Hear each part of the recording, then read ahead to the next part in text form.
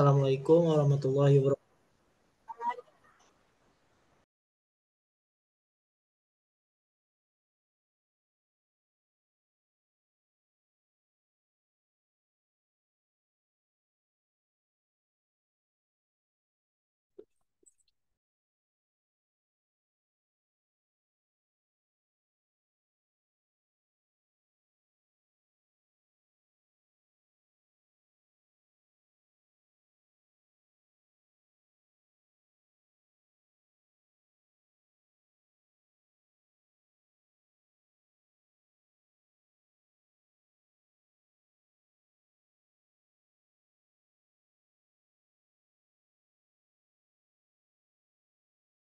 Maaf sebelumnya saya ada kendala jaringan. Tapi bismillahirrahmanirrahim. Assalamualaikum warahmatullahi wabarakatuh. Rabbi shrah li sadri wa yassir li amri wahlul 'uqdatam min lisani yafqahu qawli. Rabbi zidni ilma warzuqna fahma. Yang terhormat Ustaz Ramadan selaku dosen pengampu mata kuliah Al-Qur'an. Perkenalkan kami dari kelompok 5 yang beranggotakan Fadlia Fauzia, yang kedua ada Askia Humairah, yang ketiga ada saya sendiri Kaisar Galang Persada selaku moderator yang akan membimbing presentasi pada kali ini. Tema yang akan kita sampaikan pada siang hari ini yaitu asbabun nuzul yang akan disampaikan oleh rekan saya Fadlia. Kepadanya saya persilakan.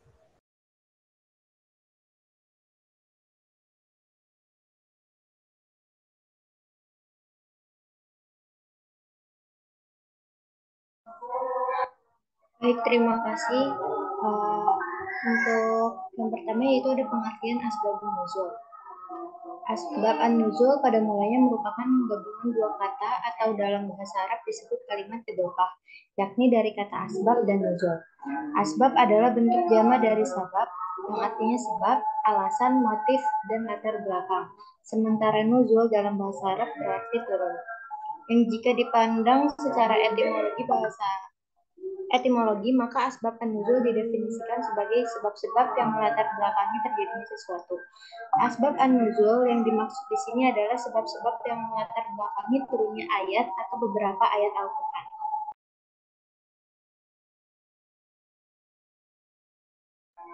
Boleh di next.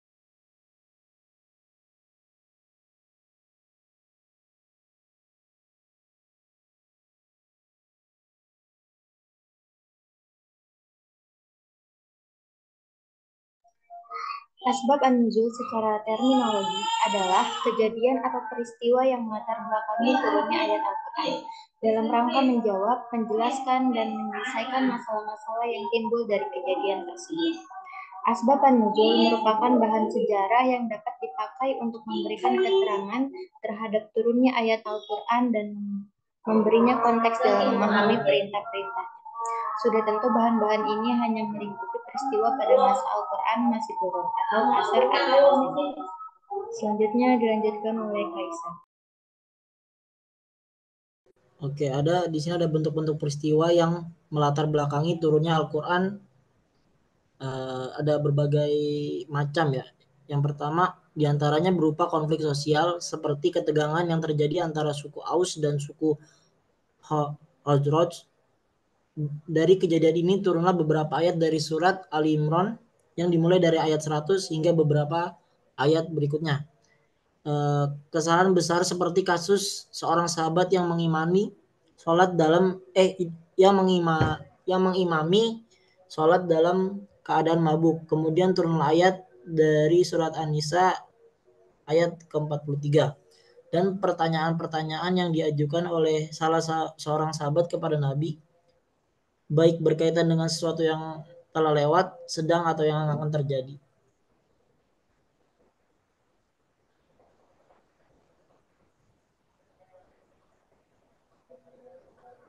Bisa di next. Bentar ya.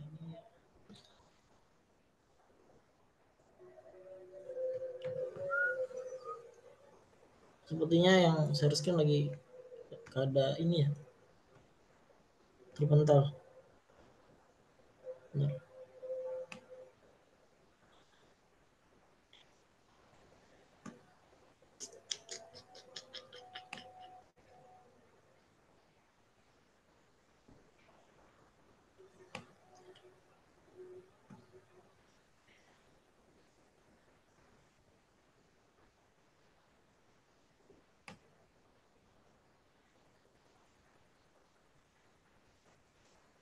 Kok nggak bisa ya?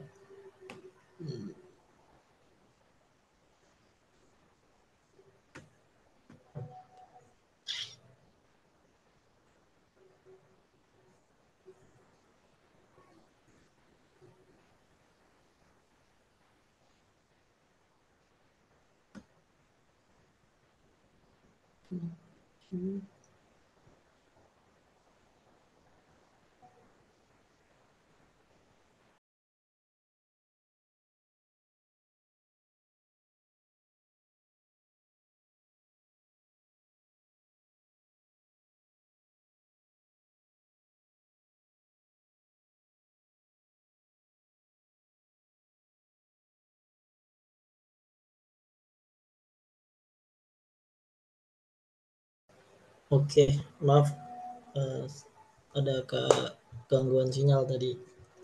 Dan selanjutnya ada bagaimana kita mengetahui asbabun nuzul atau metode mengetahui asbabun nuzul tersebut.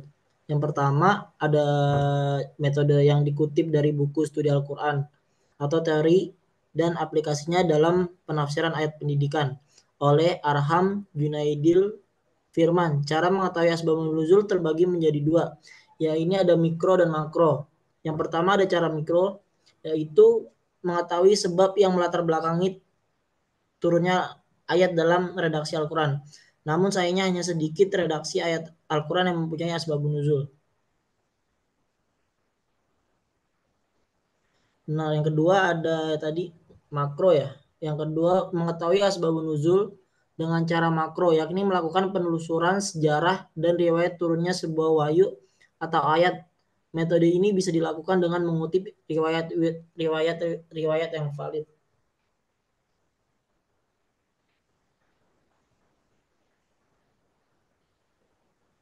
Oke, selanjutnya akan dibacakan oleh Askia.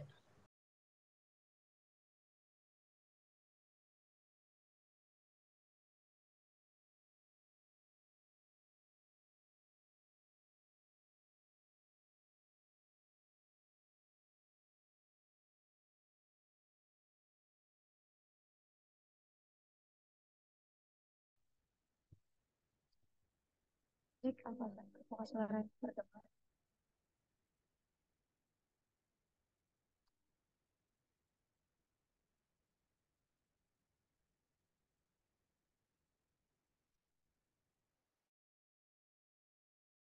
Apakah suaranya terdengar? Terdengar. Oke. Selanjutnya yaitu hikmah mengetahui asbabun nuzul. Yang pertama, mengetahui hikmah pemberlakuan suatu hukum dan perhatian syariat terhadap kemaslahatan umum dalam menghadapi segala peristiwa sebagai rahmat bagi umat. Yang kedua, yaitu hikmahnya membatasi hukum yang diturunkan dengan sebab yang terjadi jika hukum itu dinyatakan dalam bentuk umum. Nah, di sini contohnya, ini bagi mereka yang berpendapat bahwa al-ibrah bi khusus as-sabab lebih umum al-lafzi, atau yang menjadi pegangan adalah sebab yang khusus dan bukannya lafal yang umum. Contohnya di sini ada ayat Al-Qur'an, la tahsabanna alladziina yafrahuna bima atau wa yuhibbuna an yuhmadu bima lam yaf'alu fala tahsabannahum bimafazatim minal azab walahum azabun alim. Boleh di next. Artinya, jangan sekali-kali kamu mengira bahwa orang yang gembira dengan apa yang telah mereka kerjakan dan mereka suka dipuji atas perbuatan yang tidak mereka lakukan. Jangan sekali-kali kamu mengira bahwa mereka akan lolos dari azab. Mereka akan mendapat azab yang pedih. Quran Surat Ali Imran ayat 188.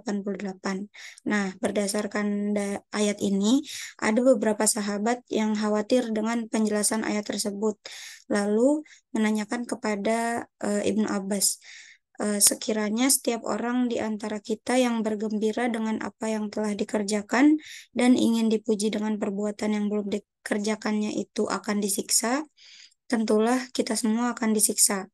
Kemudian Ibnu Abbas menjawab, Mengapa kamu berpendapat dengan demikian mengenai ayat ini? Ayat ini turun berkenaan dengan ahli kitab. Kemudian ia membaca ayat selanjutnya yang berkaitan dengan ahli kitab. Dan ingatlah ketika Allah mengambil janji dari orang-orang yang telah diberi kitab. Boleh di next.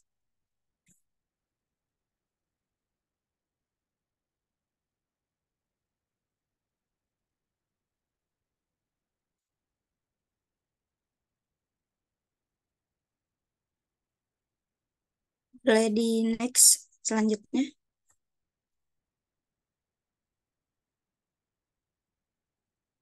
Oke, yang ketiga yaitu jika lafaz yang diturunkan bersifat umum dan ada dalil yang menunjukkan penghususannya, maka pengetahuan mengenai asbabun nuzul membatasi penghususan itu hanya terhadap yang selain bentuk sebab.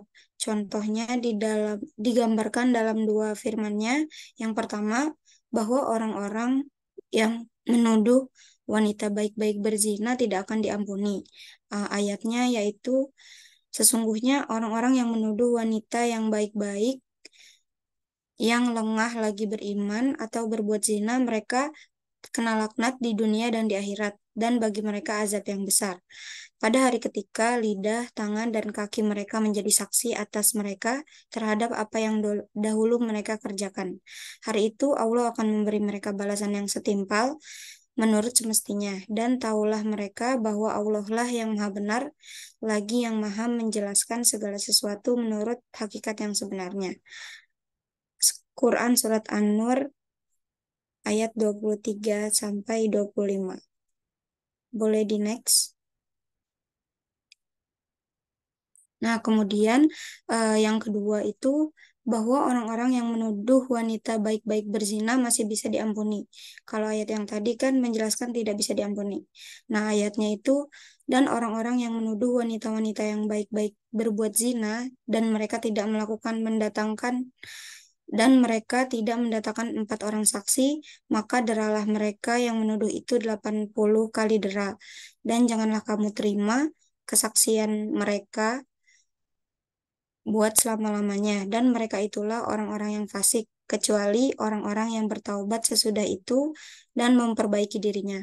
Maka sesungguhnya Allah Maha Pengampun lagi Maha Penyayang. Nah, sekilas ada pertentangan dari dua ayat di atas, yaitu orang-orang yang menuduh wanita baik-baik berbuat zina dikatakan tidak akan diampuni dalam ayat yang pertama. Dan masih bisa diampuni pada ayat yang kedua. Maka Ibnu Abbas memberitahukan asbabun nuzul ayat yang pertama bahwa ayat tersebut turun dalam masalah Aisyah dalam peristiwa hadisul if. Maka mereka yang menuduh Aisyah radhiyallahu anha berzina tidak akan diampuni dunia akhirat. Sementara ayat yang kedua hukumnya masih berlaku umum bahwa mereka yang menuduh wanita baik-baik secara umum masih mempunyai kemungkinan taubat dan diampuni. Boleh di next. Kemudian hikmah yang keempat yaitu mengetahui asbabun nuzul adalah cara terbaik untuk memahami makna Al-Quran dan menyingkap kesamaran yang tersembunyi dalam ayat-ayat yang tidak dapat ditafsirkan tanpa mengetahui sebab nuzulnya. Contoh dalam masalah ini adalah ayat dalam surat Al-Baqarah ayat 158, Inna sofa wal marwata min sya'airillah faman hajjal baita aw i'tamara fala junaha alaihi ayyatawaffa bihima wa man tatawwa'a khairan fa innallaha syakirun alim. Sesungguhnya Sofa dan Marwa adalah sebagian dari syiar Allah. Maka barang siapa yang beribadah haji ke Baitullah atau berumroh, maka tidak ada dosa baginya mengerjakan sa'i antara keduanya. Boleh di next. Nah, penjelasannya, lafal tersebut secara tekstual tidak menunjukkan bahwa sa'i itu wajib, karena ketiadaan dosa untuk mengerjakan hal itu menunjukkan kebolehan dan bukan kewajiban. Sebagian ulama juga berpendapat demikian karena berpegang teguh pada arti tekstual ayat tersebut. Padahal sebenarnya hukum dari syai itu adalah wajib, bukan sekadar boleh. Lafal ayat di atas turun karena para sahabat awalnya merasa keberatan bersai antara Safa dan Marwah karena perbuatan itu berasal dari perbuatan jahiliyah. Mereka takut perbuatan sa'i itu akan masuk pada perbuatan dosa. Karenanya Al-Quran turun dengan lafaz tidak ada dosa untuk menjelaskan bahwa sa'i bukan seperti apa yang mereka takutkan atau khawatirkan. Jadi, untuk menjelaskan bahwa hukum sa'i itu boleh karena sa'i itu adalah wajib. Boleh di next.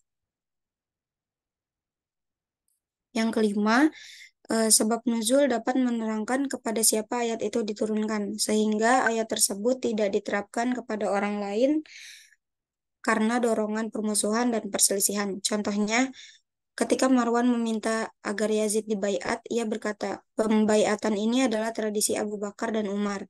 Abdurrahman menolak dan menentang seraya mengatakan tradisi Hercules dan Kaisar.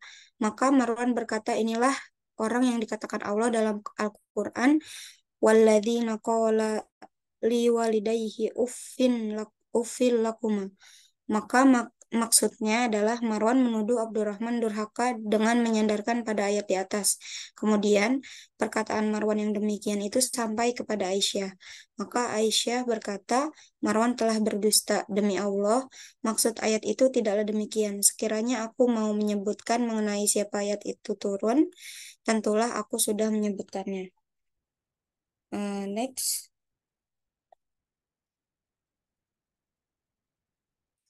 Selanjutnya ada beberapa permasalahan yang berkaitan dengan asbabun nuzul.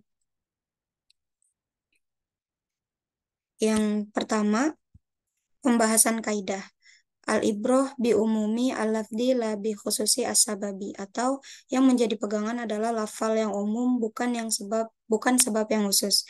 Ada tiga kemungkinan mengenai kaidah ini, yaitu jika lafal ayat bersifat umum dan sebab turunnya pun umum, maka yang diambil adalah bahwa hukum ayat tersebut bersifat umum.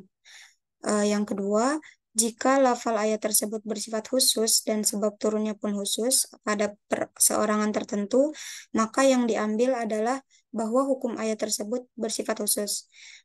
Yang terakhir, jika sebab ayat itu adalah hal khusus berkaitan dengan orang tertentu, sedang lafal ayat yang turun berbentuk umum. Boleh di next? Ya. Yang kedua, pembahasan seputar redaksi asbabun nuzul. Bentuk redaksi yang menerangkan asbabun nuzul itu terkadang berupa pernyataan tegas, jelas mengenai sebab, dan terkadang juga berupa pernyataan yang mengandung kemungkinan. Selanjutnya akan dijelaskan oleh Kaisar. Oke, untuk yang ketiga ada pembahasan beberapa riwayat mengenai asbabun nuzul.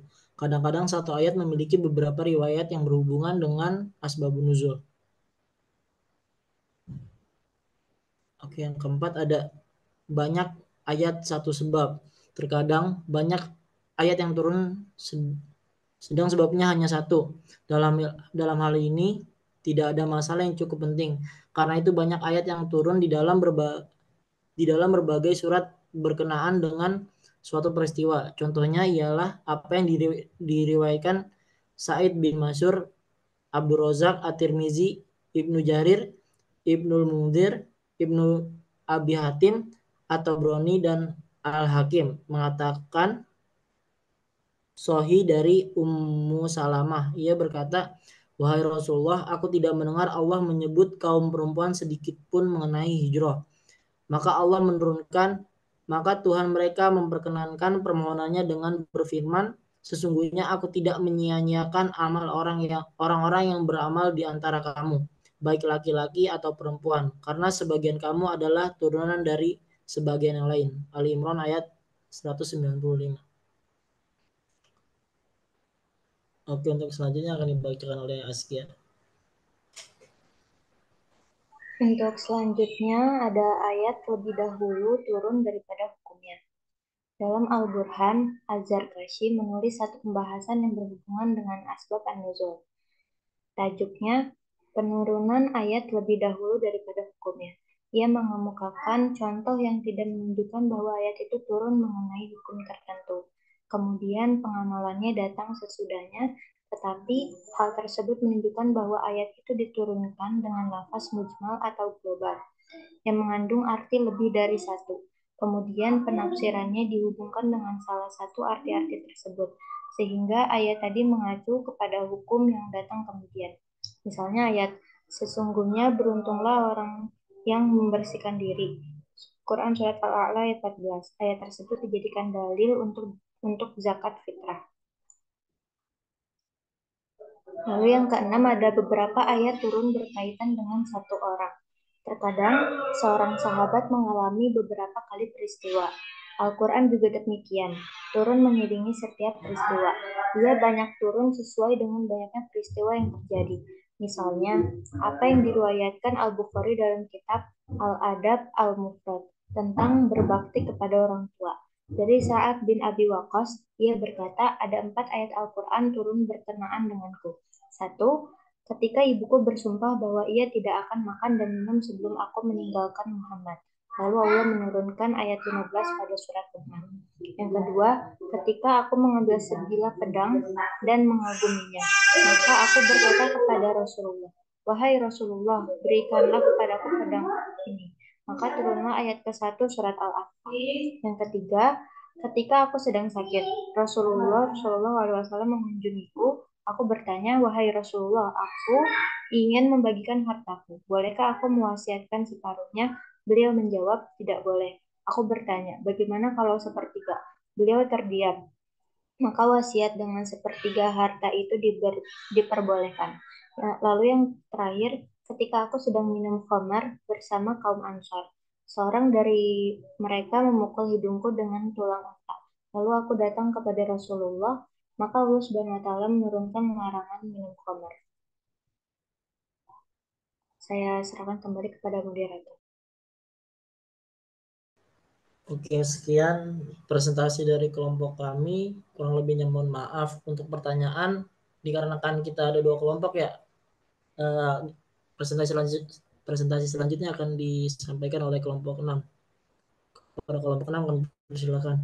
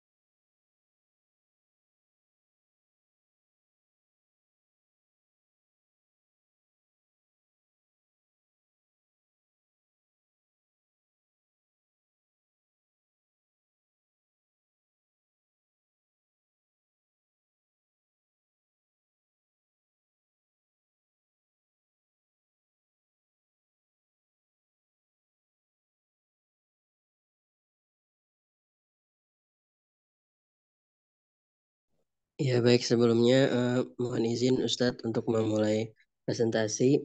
Sama mohon maaf juga tidak bisa menyalakan kamera karena kurang sehat. Bismillahirrahmanirrahim. Assalamualaikum warahmatullahi wabarakatuh. Selamat siang kepada yang terhormat Al-Ustadz Romdon selaku dosen pengampu mata kuliah Al-Quran serta teman-teman sekalian pada sore hari ini yang berbahagia. Mohon izin kami dari kelompok 6 akan mempresentasikan tentang kumpulan Al-Quran atau dalam bahasa Arab Jam'ul Quran. Untuk itu boleh di next.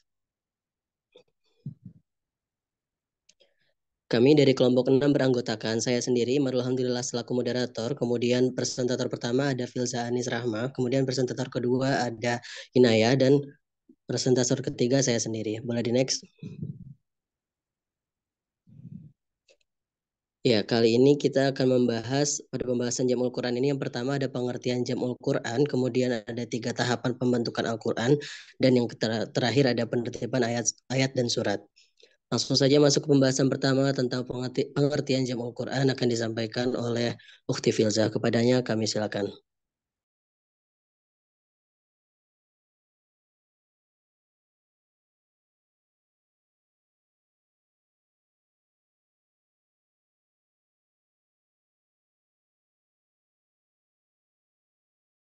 Ya, terima kasih atas kesempatannya. Pada materi yang pertama, itu ada pengertian Jam'ul Qur'an. Menurut Az-Zarqani, Jam'ul Quran mengandung 2 pengertian. Pertama, mengandung makna menghafal Al-Quran dalam hati, dan yang kedua yaitu menuliskan huruf demi huruf dan ayat demi ayat yang telah diwahyukan oleh Allah Subhanahu wa taala kepada Nabi Muhammad SAW. Dalam sebagian besar literatur yang membahas tentang ilmu Al-Quran, istilah yang dipakai untuk menunjukkan arti penulisan, pembukuan, atau kodifikasi Al-Quran adalah Jam'ul Al-Quran yang berarti pengumpulan Al-Quran. Istilah pengumpulan Al-Quran setidaknya ada 2 pengertian yang terakomodasi di dalamnya.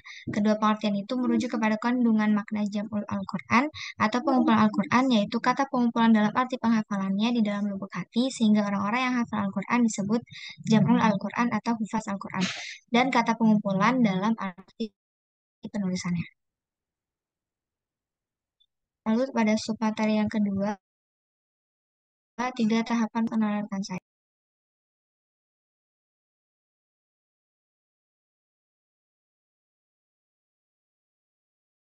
Lalu selanjutnya ada 3 tahapan pembentukan Al-Quran.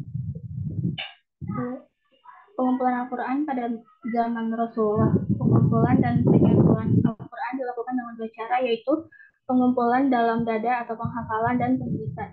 Pengumpulan dengan cara menghafal dilakukan oleh Rasulullah dan para sahabat. Ada beberapa riwayat yang mengindikasikan bahwa para sahabat menghafal dan mempelajari Al-Quran 5 ayat. Sebagian meriwayatkan 10 setiap kali pertemuan. Mereka merenungkan ayat-ayat tersebut dan berusaha mengimplementasikan ajaran-ajaran yang terkandung di dalamnya sebelum meneruskan pada teks berikutnya.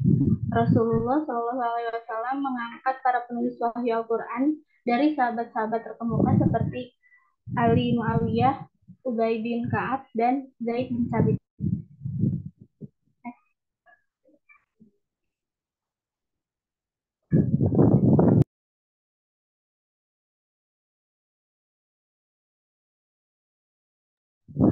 Yang kedua, pengumpulan Al-Quran pada zaman Khalifah Abu Bakar As-Siddiq. Pengumpulan Al-Quran dilakukan karena banyaknya hufaz yang gugur di medan perang, sehingga dikhawatirkan akan terjadi terus-menerus hingga berdampak pada punahnya hufaz dan Al-Quran. Pengumpulan Al-Quran dilakukan dengan cara mengumpulkan tulisan atau catatan-catatan Al-Quran para sahabat untuk dijadikan satu hingga menjadi mushaf. Mushaf itu ditulis dengan satu huruf atau dialek dari huruf Al-Quran seperti yang diturunkan agar orang bersatu dalam satu qiraat. Boleh di-next. Yang terakhir, pengumpulan Al-Quran pada zaman Khalifah Utsman bin Affan. Pengumpulan Al-Quran dilakukan dengan menyalin dari mushaf Abu Bakar pada satu mushaf dengan satu dialek, yaitu Quraisy. Hal ini dilakukan karena banyaknya dialek yang ada menimbulkan konflik dan pertikaian. Imam Bukhari meriwayatkan dari Anas radhiyallahu anhu bahwa suatu saat Hudzaifah yang pada waktu itu memimpin pasukan muslim untuk wilayah Syam mendapat misi untuk menaklukkan Armenia, Azerbaijan, dan Irak menghadap Utsman dan menyampaikan kepadanya atas realitas yang terjadi di mana terdapat perbedaan bacaan Al-Quran yang mengarah pada perselisihan. Dia berkata, "Wahai Utsman, cobalah lihat rakyatmu. Mereka berselisih gara-gara bacaan Al-Quran. Jangan sampai mereka terus-menerus berselisih sehingga menyerupai kaum Yahudi dan Nasrani." Utsman di sini juga berpendapat sebagian perbedaan itu pun terjadi pada orang-orang yang mengajarkan qiraat kepada anak-anak. Lalu anak-anak itu akan tumbuh sedang di antara mereka terdapat perbedaan dalam qiraat. Perbedaan-perbedaan ini dikhawatirkan akan menimbulkan penyimpangan dan perubahan. Bahkan tidak jarang masalah ini menimbulkan konflik dan saling mengkufurkan satu sama lain, hingga pada akhirnya Utsman bersama para sahabat bersepakat untuk menyalin lembaran-lembaran pertama yang ada pada Abu Bakar dan menyatukan umat Islam pada lembaran-lembaran itu dengan bacaan-bacaan yang baku pada satu huruf. Selanjutnya akan dilanjutkan oleh rekan saya. Iya baik, beranjak ke pembahasan selanjutnya yaitu ada penertiban ayat dan surat. Jadi di sini teman-teman Al-Quran itu terdiri dari beberapa surat. Nah di mana surat ini kan mengandung ayat-ayat ya. Jadi dalam banyak riwayat itu dikabarkan bahwa ayat-ayat di dalam surat yang sama tidak turun secara berurutan gitu. Begitu pula surah di dalam Al-Quran itu tidaklah turun seperti susunan yang kita temui saat ini atau sebagaimana di Mushaf Al-Quran kita temui susunan surat dan ayatnya itu jadi zaman dahulu tuh tidak seperti itu susunannya gitu. Lalu bagaimana para sahabat radhiyallahu anhu menyusunnya sehingga Al-Qur'an itu kita dapati seperti saat ini. Nah, di sini ada beberapa ulama sepakat bahwa tertib ayat adalah bersifat tauqifi atau tauqifi itu sudah ketetapan itu sesuai dengan ketetapan sudah ditetapkan sesuai dengan petunjuk Rasulullah Shallallahu Alaihi Wasallam. Nah, di sini ada argumentasinya. Yang pertama, Az-Zarkashi dalam Al-Burhan dan Abu Ja'far Ibnu Az-Zubair dalam Munasabah berkata, tertib ayat di dalam surat-surat itu berdasarkan tauqifi dari Rasulullah. Tauqifi itu berdasarkan ketentuan gitu atau ketetapan dari Rasulullah Shallallahu Alaihi Wasallam dan atas perintahnya tanpa diperselisihkan kaum muslimin. Kemudian yang kedua, argumen dari Imam As-Sayuti berkata, ijma dan nas yang berupa menegaskan tertib ayat itu adalah tauqifi tanpa diragukan lagi. Jadi Imam As-Sayuti ini berkata kalau misalkan tertib ayat itu udah nggak perlu diragukan lagi gitu, sudah ditetapkan ya tidak perlu diragukan lagi. Kemudian ada juga terdapat sejumlah hadis yang menunjukkan keutamaan beberapa ayat dari surat tertentu. Jika tertibnya dapat dirubah, tentunya ayat-ayat itu tidak akan didukung oleh hadis-hadis itu. Boleh di next.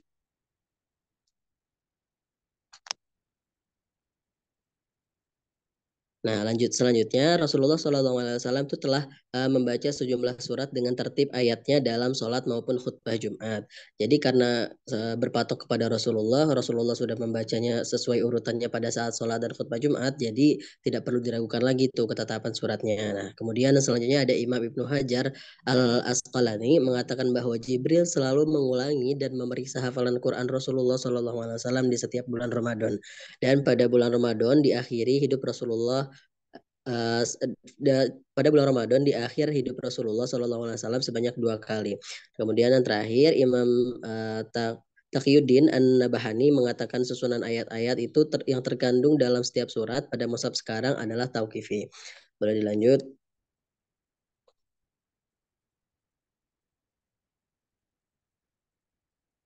Ya, tadi kan kita sudah membahas penertiban ayat. Sekarang kita akan membahas penertiban surat. Nah, mengenai tertib surat terjadi perbedaan pendapat. Jadi yang pertama bersifat tauqifi dengan alasan bahwa Rasulullah SAW telah membaca beberapa surat secara tertib di dalam salatnya. Sebagaimana yang tadi sudah dijelaskan pada penertiban ayat juga ya. Jadi karena Rasul surat otomatis kalau membaca surat kan membaca ayat-ayatnya tuh sudah dibaca pada saat sholatnya jadi bersifat tauqifi jadi tidak perlu diragukan lagi dengan alasan apapun karena Rasul sudah membacanya secara tertib di dalam sholatnya. Kemudian yang kedua bersifat ijtihadi dengan alasan adanya perbedaan tertib di dalam mushaf sahabat dan adanya keraguan Utsman radhiyallahu anhu mengenai keberadaan Quran surat Al-Anfal dan Quran surat Al-Baqarah. Dan yang terakhir yaitu kombinasi antara keduanya yaitu sebagian tauqifi dan sebagian ijtihadi.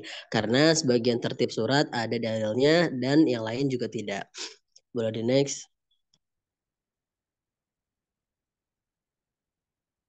Ya, untuk itu sekian pembahasan kami dari kelompok 6. Untuk pertanyaan mungkin diserahkan lagi dulu kepada kelompok 5 mungkin untuk membuka sesi pertanyaan baru nanti dilanjut untuk pertanyaan pada kelompok 6. Sekian, terima kasih. Dikembalikan ke Ustadz Ramdan.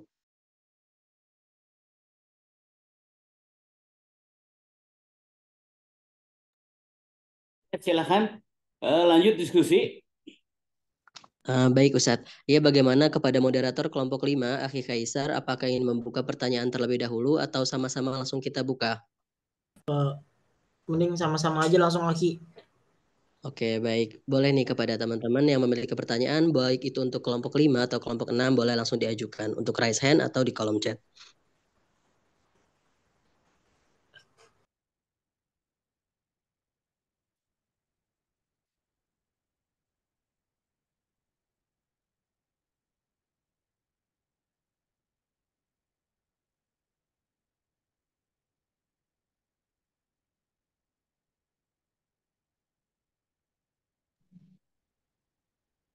Ya, bagaimana teman-teman? Sekiranya ada yang ragu terkait asbabun nuzul atau dari penertiban Al-Quran, penertiban surat, ayat, boleh saja langsung ditanyakan.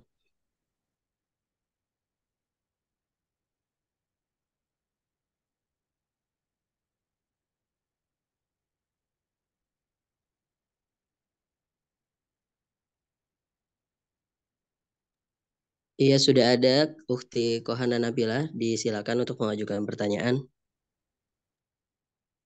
Bismillahirrahmanirrahim. Tadi kan udah dijelasinnya mau nanya untuk kelompok 5. Pertanyaannya itu tadi jelasin kalau asbabun nuzul itu tidak semua ayat memilikinya.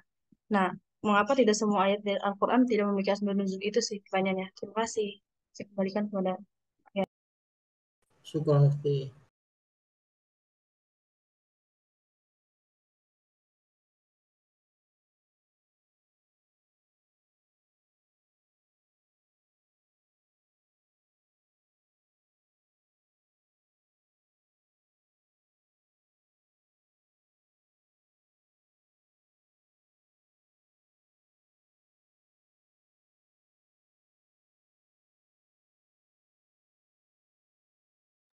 Iya, ada Ukti Heti Nurbaiti. Disilakan untuk mengajukan pertanyaannya.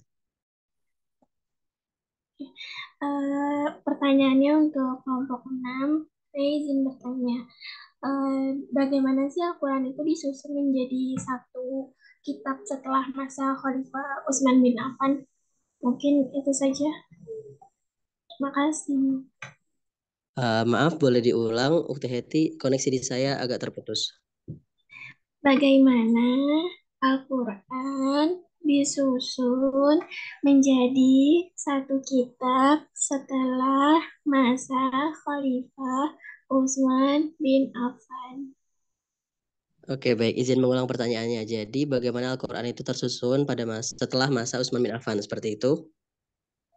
Oke, baik. Terima kasih kepada Ukti Heti. Kami tampung terlebih dahulu. Selanjutnya ada Ukti Farah Angeli. Izin bertanya ke kelompok mana? Saya izin bertanya ke kelompok 6. Iya, disilakan. Oke, dari pemaparan tadi kan ada dijelaskan bahwa ada 3 tahapan pembentukan Al-Quran. Nah, di di tahap mana itu yang paling struggle, paling kayak ya struggle gitu dalam pengumpulan Al-Quran. Mungkin itu apa bisa dipahami? Izin mengulang atau menanggapi. Jadi Ukti Farah Angel ini penasaran di antara 3 tahapan itu bagaimana sih, tahap keberapa sih yang paling sulit gitu ya, yang paling membutuhkan effort lebih gitu. Ya, oke, kurang lebih seperti itu. Oke, baik, dapat dicerna. Terima kasih atas pertanyaannya. Kami mohon berdiskusi terlebih dahulu. Sembari menunggu hasil diskusi jawaban kami, boleh kepada teman-teman bagi yang ingin mengajukan pertanyaan lagi, boleh 1 orang lagi untuk kelompok 6 dan masih ada slot 2 orang untuk kelompok 5. Disilakan.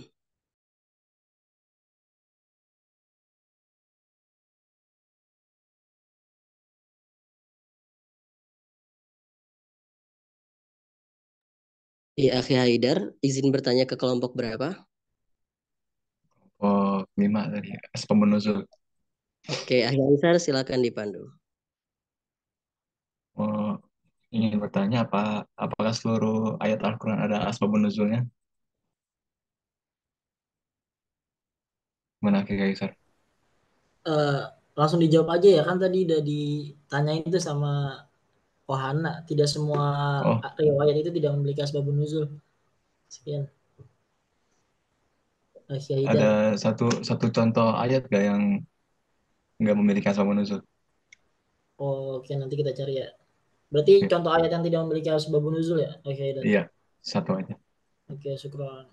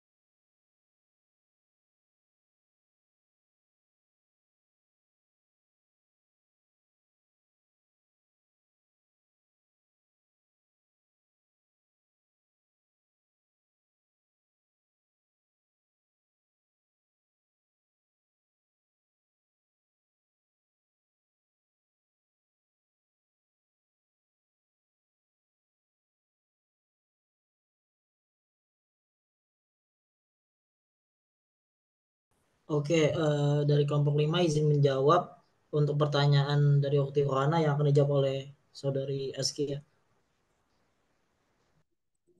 Izin menjawab pertanyaan dari Kohana, yaitu mengapa tidak semua surat pada Al-Quran memiliki asbabun nuzul. Ya, tidak semua ayat dalam Al-Quran itu mengandung asbabun nuzul. Karena ada yang disebut dengan ayat sababi, yaitu turunnya ayat yang di latar belakangnya terjadinya suatu peristiwa.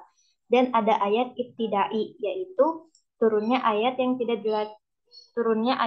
di latar belakangnya terjadinya suatu peristiwa. Untuk ayat Al-Quran yang mengandung asbabun nuzul, diantaranya isinya seperti tanggapan atas suatu perintah, sedangkan ayat Al-Quran yang diturunkan tanpa mengandung asbabun nuzul ketika diturunkan oleh Allah semata-mata merupakan petunjuk bagi manusia.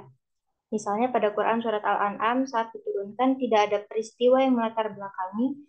Surat itu turun bersamaan dengan 70.000 malaikat dan diiringi tasbih. Apakah sudah terjawab, Kohana? Ini sudah terjawab, Putri. Understand. Afwan. Oke, untuk pertanyaan dari Akhi Haidar akan dijawab oleh Fadlia.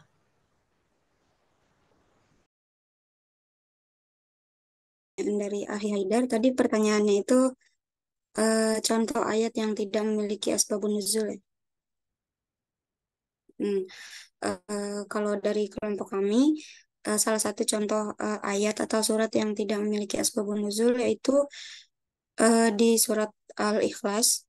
Nah, surat itu menjelaskan atau menegaskan tentang keesaan Allah. Tetapi surat tersebut tidak kenapa surat itu diturunkan. Terus ada surat lainnya yaitu di surat Al-Baqarah ayat 255 yang mengandung ayat kursi. Itu adalah salah satu contoh ayat yang memiliki signifikansi yang besar dalam agama Islam, tetapi asbabun nuzulnya itu tidak memiliki asbabun nuzul atau tidak ada catatan yang jelas. Itu apakah terjawab, Haidar? Sudah terjawab. Terima kasih. Ya, sama-sama.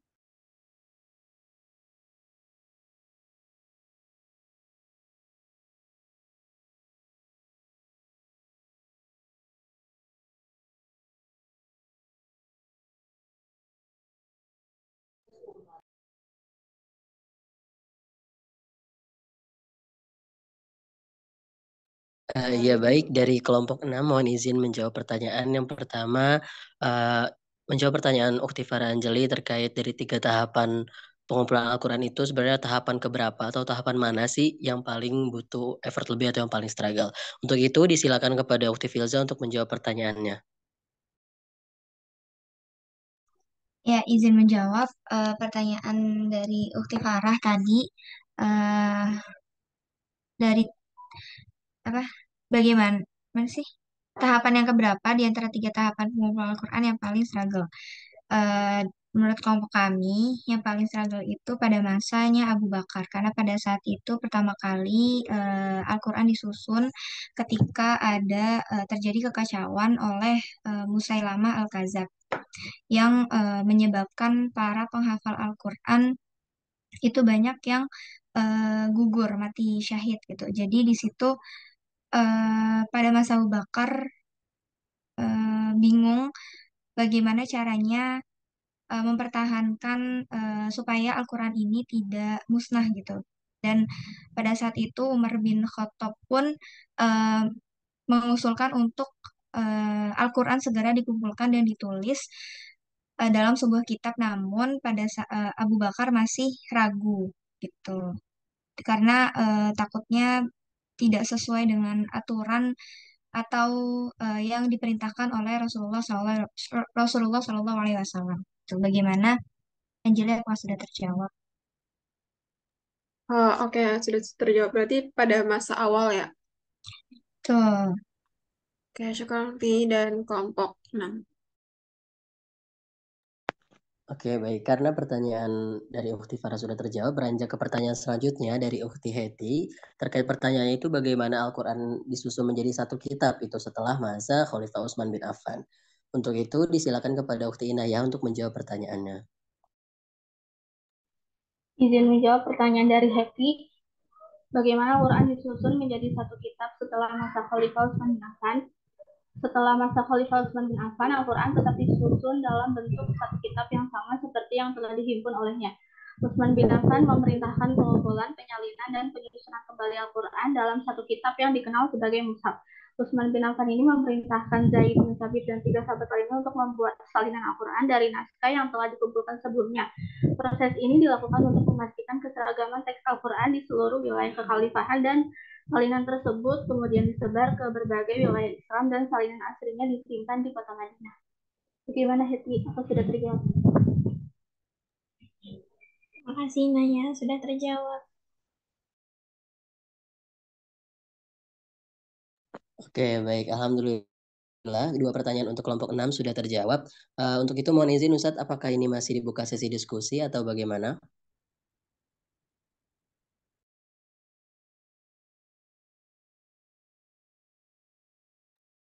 Iya, terima kasih dua kelompok yang telah memaparkan materi dengan sangat baik dan sambutan dari teman-teman juga yang cukup antusias. Iya, pada intinya apa? Pengumpulan Al-Qur'an itu puncaknya adalah pada zaman apa namanya? Utsman bin Affan ya, untuk menyamakan semua mushaf-mushaf yang ada. Sebentar, saya ada telepon sebentar dari.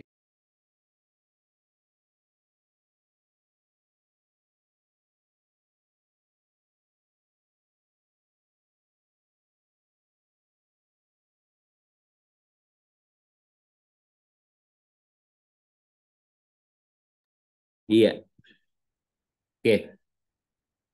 Ya, untuk menyamakan Al-Quran yang tersebar di berbagai negara. Karena pada saat itu Islam pun sudah menyebar ya, agar tidak terjadi apa Al-Quran yang beraneka macam. Meskipun secara bacaan tetap ada perbedaan, karena itu dibenarkan oleh Nabi Shallallahu Alaihi Wasallam bahwa Al-Quran diturunkan dengan 7 huruf, artinya dengan 7 dialek yang sering kita dengar dari Muammar itu ya, wadduha, wadduhe, as-sala, as-sala dan lain sebagainya. Tapi kita kan baca Quran harus sesuai dengan apa yang diajarkan oleh guru kita ya, karena harus mempunyai sanad.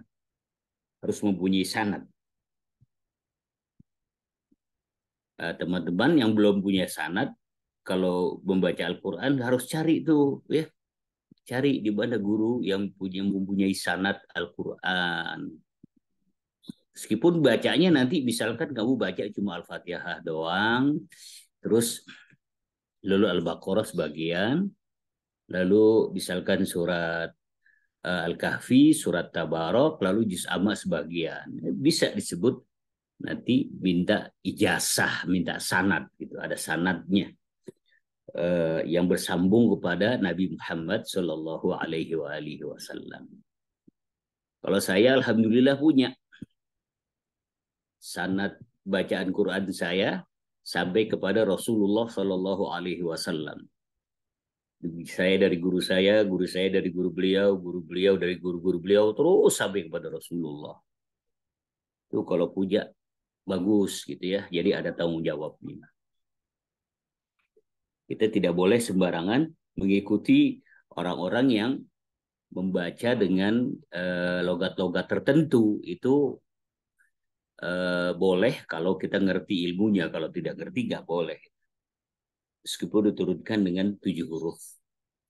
Ya, berkaitan dengan asbab nuzul, betul sekali bahwa ada Al-Quran yang diturunkan berdasarkan asbab nuzul, ya, bahasa kerennya historical of background, ya, latar belakang sejarah. Juga ada ayat-ayat yang yang diturunkan tidak berdasarkan nuzul. Tidak ada historical of background-nya. Jadi hanya bersifat tuntunan-tuntunan, petunjuk-petunjuk dari Allah Subhanahu wa taala. Kalau asbab nuzul kan dikaitkan dengan kejadian tertentu. Kalau yang tidak berasbab nuzul tidak dikaitkan dengan kejadian tertentu. Dan ini lebih banyak karena Al-Quran bersifat petunjuk. Jadi tidak menunggu turunnya adanya sebab terlebih dahulu. Tapi ada beberapa tadi yang disebutkan oleh teman kamu, ya betul, surat-surat atau ayat-ayat yang didasari oleh asbab nuzul, historical of background. Ya, seperti hadithul ifki tadi, ya, kisah hoak yang menimpa Ummul Mukminin Siti Aisyah radhiyallahu taala anha, yang dianggap melakukan perselingkuhan, padahal itu adalah benar-benar kekeliruan. Siti Aisyah sempat terlambat pulang karena dia mencari kalungnya yang hilang. Ketika pulang dari sebuah peperangan, Siti Aisyah kebetulan ikut berperang, tapi dia ditandu. Coba Siti Aisyah kan badannya nggak gemuk, badannya langsing, badannya kecil. Jadi begitu ditandu tidak terlalu berat. Ya, ketika istirahat, Siti Aisyah keluar dari tandunya, ada sesuatu mungkin buang hajat atau apa. Nah, pada saat buang hajat, kalungnya terjatuh. Lalu dia masuk lagi ke tandunya. Begitu sampai di tanduk, dia sadar, ada yang ketinggalan nih, jatuh nih kalung. Hari dia turun lagi. Saat itu kan malam-malam, sahabat nggak tahu, nggak kelihatan, namanya gelap ya. Dulu kan belum ada listrik, belum ada neon, belum ada WA, belum ada senter. Jadi Siti Aisyah keluar aja nyari barangnya yang hilang. Akhirnya rombongan berjalan dengan menyangka Siti Aisyah sudah di dalam tandu karena enteng nggak berasa. Akhirnya Siti Aisyah tertinggal di kegelapan malam, dan ternyata ada seorang sahabat Nabi yang tertinggal juga. Akhirnya ditandu oleh sahabat Nabi yang tertinggal itu. Nah, mulailah orang-orang yang tidak senang dengan Nabi melancarkan tuduhan, fitnahan yang sangat keji kepada Siti Aisyah, dianggap melakukan perselingkuhan. Sehingga berita ini sangat santer menyebar sampai Nabi marah bukan main, tidak ngobrol dengan Siti Aisyah selama sebulan. Siti Aisyah pun mengalami down, dia sakit selama sebulan. Akhirnya turunlah surat bagian dari surat At-Taubah yang menginformasikan bahwa itu adalah tuduhan palsu yang dilakukan oleh orang-orang yang tidak senang dengan Nabi, yang ada di antara sahabat-sahabat orang-orang munafik, yaitu golongan Abdullah bin Saba itu. Abdullah bin Ubay bin Salul yang memfitnah Nabi, memfitnah Siti Aisyah radhiyallahu taala anha. Nah, ayat-ayat ini turun di latar belakangi kisah. Jadi asbab nuzulnya seperti itu. Termasuk Al-Ikhlas, ya, ketika Nabi diajak untuk beribadah secara bergantian. Al-Kafirun.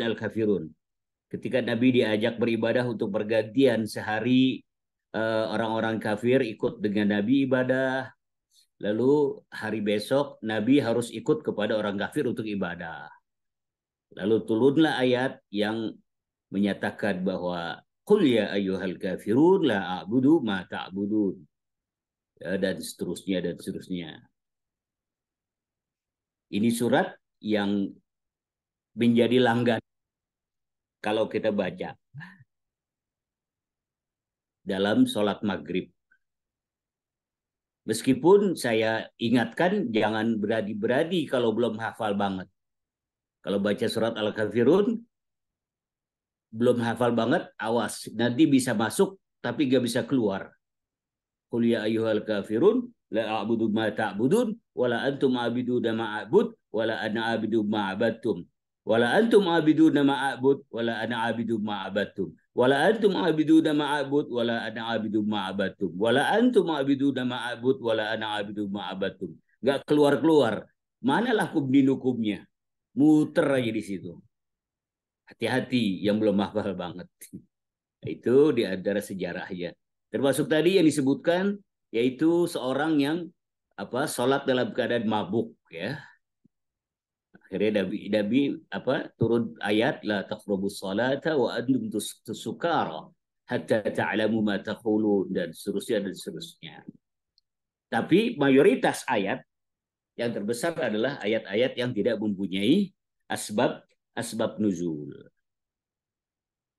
Paling banyak. Asbab nuzul ada yang mengikat tadi ya, al-ibrah bi khususi sabab. Ya, yang diambil adalah sebab khususnya. La bi umumil lafaz, tidak dengan umum lafaznya.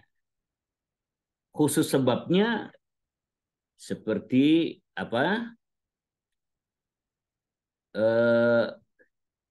yang berkaitan dengan para syuhada itu ya. Lalu seperti hadis ifki tadi. Jadi khusus sebabnya khusus. Yang dilihat yaitu kekhususan sebab. Bukan umumnya lafaz. Bukan takbirnya yang diambil gitu.